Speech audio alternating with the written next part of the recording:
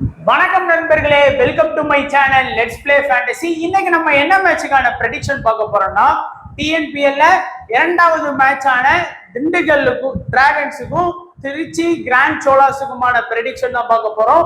இந்த மேட்ச் வந்து பாத்தீங்கன்னா சாயங்காலம் நடக்குது. சனிக்கிழமை வந்து பாத்தீங்கன்னா ரெண்டு மேட்ச் இருக்கு. அதனால எப்பவும் போல நைட்டு தான் ஸ்டார்ட் ஆகும் அப்படிங்கிற மாதிரி கன்ஃபியூஸ் பண்ணிக்கிறதுக்கு சேம் பிச் சேலம்ல தான் ஃபர்ஸ்ட் நம்ம ஆல்ரெடி சொன்ன மாதிரி ஃபர்ஸ்ட் ரவுண்டு ஃபுல்லாவே சேலம் கிரவுண்ட்ல தான் நடத்துறாங்க. அதனால அதுல எந்த ஒரு மாற்று கருத்தும் இல்லை. பட் டைமை மட்டும் கொஞ்சம் கரெக்டா வச்சுக்கோங்க. ஏன்னா ஒருவேளை நீங்க சாயந்தரம் தான் அப்படிங்கிற மாதிரி வச்சுக்காதீங்க. இந்த சனிக்கிழமை ஞாயிற்றுக்கிழமை நமக்கு ரெண்டு மேட்ச் வந்து அவைலபிளா இருக்கு. ஐபிஎல் மாதிரி ரெண்டாவது மேட்சுக்கான ப்ரிவியூ தான் பார்க்க போறோம்.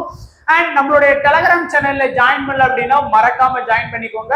முக்கியமான அப்டேட் பிளஸ் ஃபைனல் டிப் எல்லாமே நம்மளுடைய டெலகிராம் சேனல்ல உங்களுக்காகவே ஃப்ரீயா கொடுத்துட்டு இருக்கோம். மறக்காம ஜாயின் பண்ணி சப்போர்ட் பண்ணுங்க. ஸ்மால் லீக்குக்கான டீம்ஸ், மெகா லீக்ஸுக்கான டீம்ஸ், பாப் ஆப்ஷன், டியோ ஆப்ஷன் சொல்லி எல்லாமே நம்ம சேனல்ல ஃப்ரீயா அவைலபிளா கொடுத்துட்டு இருக்கோம். அதே போல வந்து பாத்தீங்கன்னா நீங்க இன்னமும் வந்து XL11 ஆப்ல ஜாயின் பண்ணலாம். நீங்க ஜாயின் பண்ணிக்கோங்க. நீங்க XL11க்கும் மற்ற ஆப்புக்கும் உள்ள கம்பேரிசன் பண்ணி பாத்தீங்கன்னாலே உங்களுக்கு தெரியும். ஸோ எல்லாமே வந்து பாத்தீங்கன்னா ஒரிஜினல் யூசர் தான். ஸோ எந்த ஒரு பாட் அதெல்லாம் எதுவுமே கிடையாது. ஃபுல் அண்ட் ஃபுல் பாத்தீங்கன்னா கம்மியான யூசர் இருந்தாலும் ஒரிஜினல் யூசர் தான் இருக்கிறாங்க. ஸோ அதனால நீங்க ட்ரஸ்ட் பண்ணி இந்த ஆப்ல வந்து ஜாயின் பண்ணி பிளே பண்ணலாம். அதே போல வந்து பாத்தீங்கன்னா நீங்க வந்து பிளே பண்ணா மட்டும் போதும். அவங்க இந்த ஜிஎஸ்டி, டிடிஎஸ் எல்லாமே பாத்தீங்கன்னா அந்த ஆப் சைட்ல இருந்தே அவங்க வந்து உங்களுக்கு பாத்துக்குவாங்க. ஸோ லிங்க் டிஸ்கிரிப்ஷன் பாக்ஸ்ல கொடுத்துருக்கோம். கிளிக் பண்ணி ஜாயின் பண்ணிக்கோங்க. நிறைய மேட்சுக்கு வந்து ஃப்ரீ கிவ்அவே அந்த மாதிரிலாம் கொடுக்குறாங்க. ஸோ இன்டர்ஃபேஸ் எல்லாமே நல்லா ஃபாஸ்டா இருக்கு. ஒரு டைம் நம்ம சொன்னதுக்காக ஜாயின் பண்ணி பாருங்க. பிடிச்சிருந்தது அப்படின்னா நீங்க வந்து பெய்டு கான்டெஸ்ட்ல தாராளமா பிளே பண்ணிக்கலாம். அண்ட் வந்து பிச் ரிப்போர்ட் ஏற்கனவே சொன்ன மாதிரி தான். ஆனா முதல் மேட்ச் வந்து நடந்திருக்கு. ஸோ அதை வந்து கொஞ்சம் கன்சிடர் பண்ணிக்கோங்க. நம்ம வந்து முதல் மேட்ச் முடியறதுக்கு முன்னாடி வீடியோ எடுக்கிறதுனால அந்த ரிசல்ட் நம்மளால இதுல கொடுக்க முடியல. நாலாவது மேட்ச்ல இருந்து தான் அந்த ரிசல்ட்டை கொஞ்சம் கன்சிடர் பண்ணிப்போம். ஸோ நீங்க வந்து மேட்ச் பார்த்துட்டு அதுல இருந்து ஒரு சில ரிசல்ட் எப்படிலாம் வந்திருக்கு அப்படிங்கிறத கொஞ்சம் கனெக்ட் பண்ணிக்கோங்க. ஏன்னா இதெல்லாம் நம்ம நேற்று ஃபர்ஸ்ட் வீடியோல நம்ம ஆல்ரெடி பார்த்ததுதான். டோட்டலா 10 மேட்ச்ல 6 matches, 4 match second batting. So முதல் மேட்ச் இந்த 2024 டிஎன்பிஎல் நடந்தது நீங்க கொஞ்சம் கவனமா பார்த்துக்கிட்டீங்கன்னா ரொம்ப யூஸ்ஃபுல்லா இருக்கும். இப்போ வந்து நம்ம ரெண்டு மேட்சுக்கான ப்ரிவியூ வந்து பார்க்கலாம். ஃபர்ஸ்ட் வந்து பாத்தீங்கன்னா திண்டுக்கல். ஸோ திண்டுக்கல் பிளேயர்ஸும் இருக்கிறாங்க. திருச்சி கிராண்ட் சோலா இந்த ரெண்டு டீமோட பிளேயர்ஸ் லிஸ்ட் நம்ம கொடுத்துருக்கோம். 11 பிளேயர் தான் கொடுத்துருக்கோம். இம்பாக்ட் பிளேயர் யார் வேணாலும் வரலாம் சொல்லி 11 பிளேயர் தான் நம்ம வந்து பிளேயிங் லெவல்ல கரெக்டா வந்து ப்ரெடிக்ட் பண்ணி டீம் செட் பண்ணலாம் அப்படின்னு இருக்கு. ஸோ ஃபர்ஸ்ட் வந்து பாத்தீங்கன்னா திருச்சி வந்து நம்ம வந்து பார்க்கலாம். ஸோ ஃபர்ஸ்ட் திருச்சி பிளேயர்ஸை பொறுத்த வரைக்கும் கங்கா ஸ்ரீதர் ராஜு. ஸோ அவர் தான் வந்து பாத்தீங்கன்னா இன்னிங்ஸ் ஓபன் பண்றாரு. அதே மாதிரி பாத்தீங்கன்னா ராஜ்குமார், ரெண்டு பேர் தான் வந்து பாத்தீங்கன்னா இன்னிங்ஸை வந்து ஓபன் பண்றாங்க. இந்த ரெண்டு பிளேயர்ல பாத்தீங்கன்னா நீங்க இந்த கங்கா ஸ்ரீதர் ராஜுங்கிறவர் ரொம்ப எக்ஸ்பீரியன்ஸ் பிளேயர், நிறைய டிஎன்பிஎல் ஆடி இருக்காரு.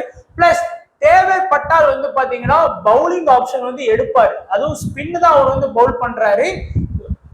ஆனா ரொம்ப ரேரா தான் பவுல் பண்ணுவார். எல்லா மேட்சும் 4 ஓவர் 3 ஓவர் அப்படிலாம் கிடையாது. மினிமம் 2 ஓவர் வந்து பாத்தீங்கன்னா அவர் பவுல் பண்றதுக்கான வாய்ப்பு இருக்கு. ராஜ்குமாரை பொறுத்த வரைக்கும் பாத்தீங்கன்னா ஒன்லி பேட்டிங் ஆப்ஷன் மட்டும்தான் அவர்கிட்ட இருக்கு. ஒரு டீசென்டான பேட்ஸ்மேன் அப்படின்னு நம்ம சொல்லலாம். அதுக்கடுத்து பாத்தீங்கன்னா மகமூட் வந்து அந்த டீமோட விக்கெட் கீப்பிங் ஆப்ஷன்ல கொடுத்துருக்காங்க. ஸோ விக்கெட் கீப்பிங் பண்றதுக்கு வாய்ப்பு இருக்கு. நல்ல ஒரு ஹார்டு ஹிட்டரா வந்து பாத்தீங்கன்னா அந்த டீம்ல இருப்பாரு.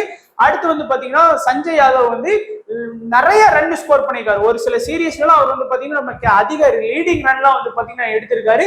பிளஸ் அவர்கிட்டே வந்து பாத்தீங்கன்னா பவுலிங் ஆப்ஷன் இருக்குது. அதுவும் வந்து பாத்தீங்கன்னா அவரும் வந்து பாத்தீங்கன்னா ஸ்பின்ல தான் இருக்கிறாரு.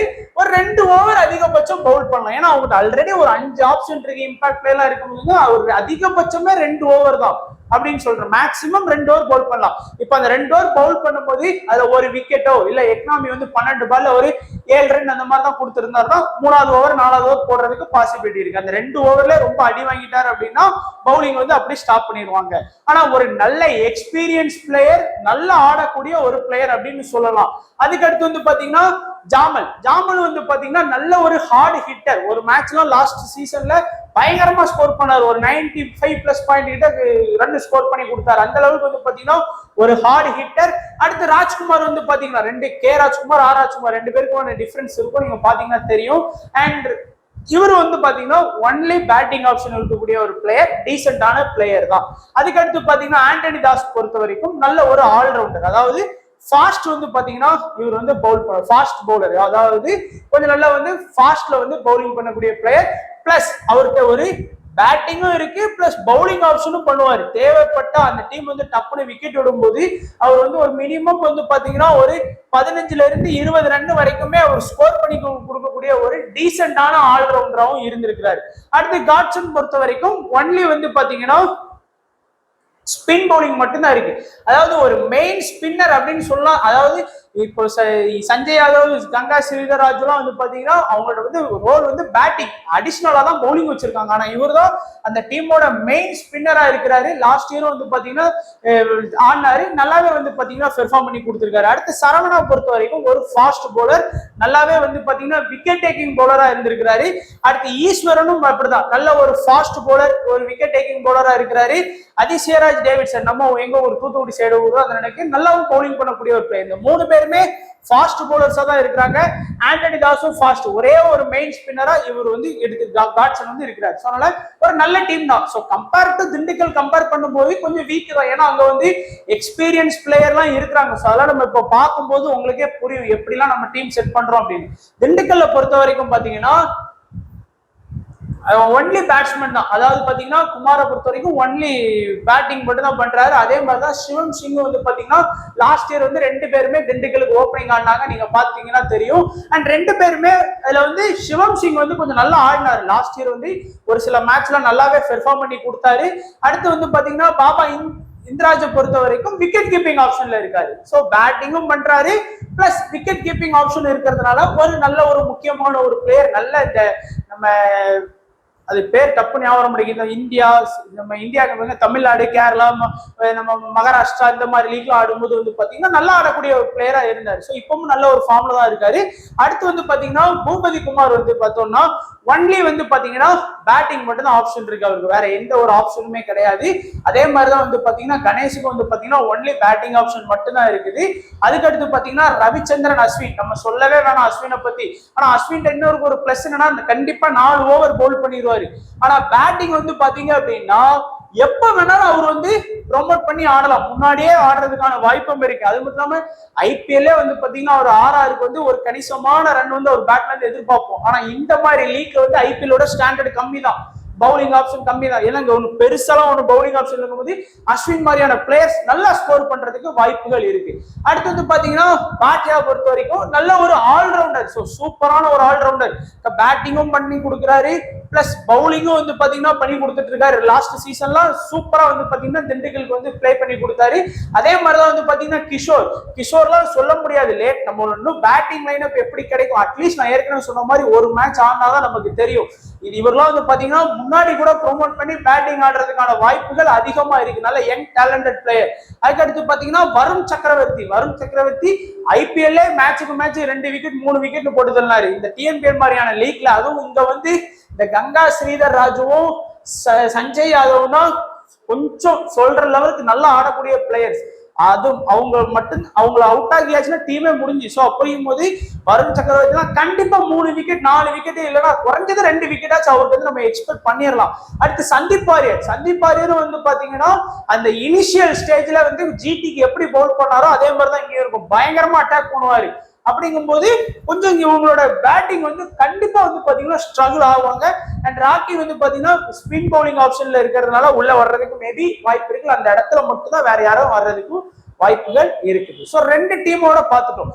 இந்த டீம்ல வந்து பாத்தீங்கன்னா பவுலிங் வந்து பக்காவா இருக்கு. அதாவது பாருங்க, ரவிச்சந்திரன் அஸ்வின், வருண் சக்கரவர்த்தி, சந்தீப் வாரியர், ஸோ இவங்க மட்டும் கிடையாது, இந்த கிஷோர், இந்த பேட்லாம் வந்து பாத்தீங்கன்னா இவங்க நல்லா பவுல் பண்ணுவாங்க. ஸோ பவுலிங் ஆப்ஷன் செம்ம ஸ்ட்ராங்கா இருக்கிறதுனால நீங்க இங்க வந்து பேட்டிங் வாய்ப்பு கங்கா ஸ்ரீதர் ராஜு எடுக்காம டீம் செட் பண்ண முடியாது, சஞ்சய் யாதவ் எடுக்காம நீங்க டீம் செட் பண்ண முடியாது. அதனால 2 பேரை மட்டுமே வச்சுட்டு மீதி ஃபுல்லா இந்த ஆண்டனி தாஸ் மாதிரியான பிளேயர்ஸ், ஒரு ஆல்ரவுண்டர் மட்டும், இவர் தான் சொல்ற அளவுக்கு ஒரு ஆல்ரவுண்டர் அந்த டீம்ல.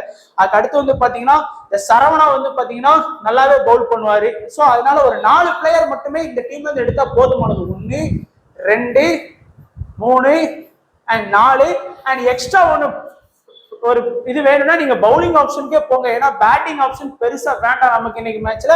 சோ இந்த 5 பேரை மட்டுமே இந்த திருச்சி கிராண்ட் சோலாஸ்ல இருந்து போக்கஸ் பண்ணா போதும். திண்டுக்கல்லை பொறுத்த வரைக்கும் நம்ம ஏற்கனவே சொன்ன மாதிரி இந்த 5 பவுலர்ஸுமே நீங்க எடுத்துருங்க.